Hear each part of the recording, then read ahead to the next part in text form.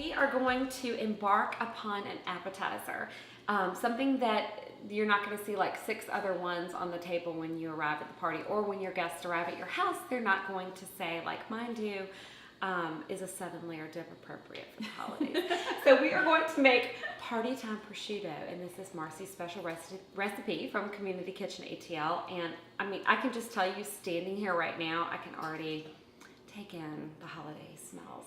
So this appetizer I love because it has so many different flavor combinations, which we'll get to.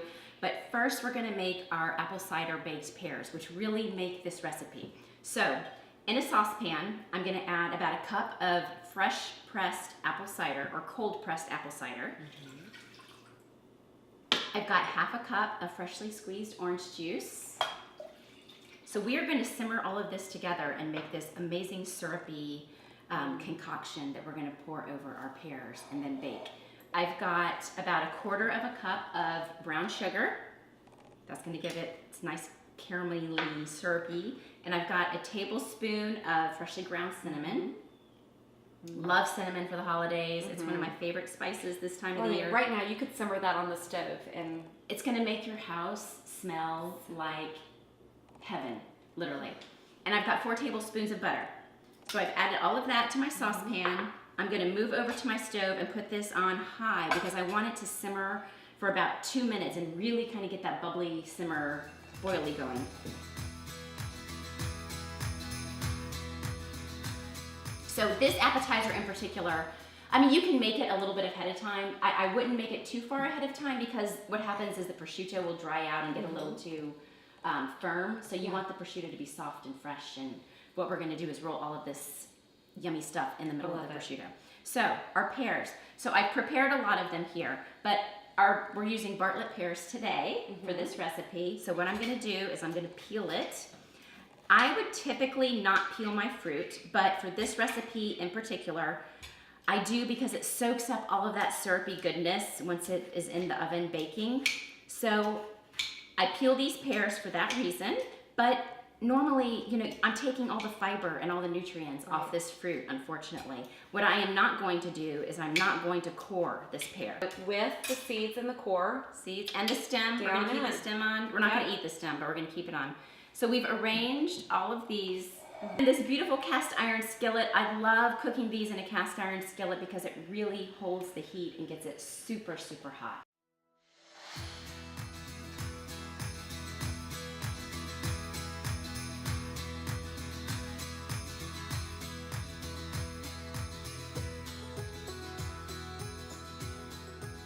So we've got all of our good stuff here.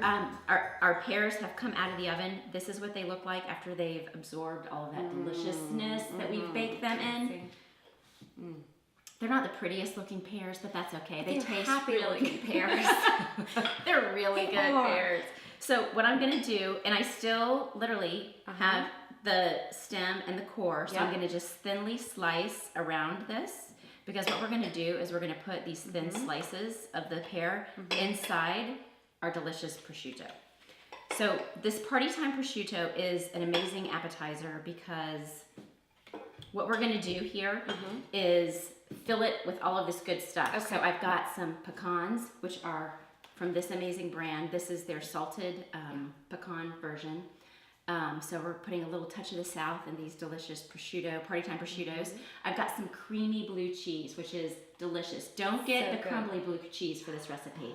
You want creamy. You want creamy. And then to add a little bit of kind of a spiciness, I have some fresh arugula. So baby arugula leaves, or I'm absolutely obsessed. For anyone out there who follows me regularly on Instagram, I am obsessed with microgreens. Okay, I know this because I think someone who followed you, who tagged me or something, said, "What is microgreens?" Do you remember that? Yes. And you had to talk her through it, and it is.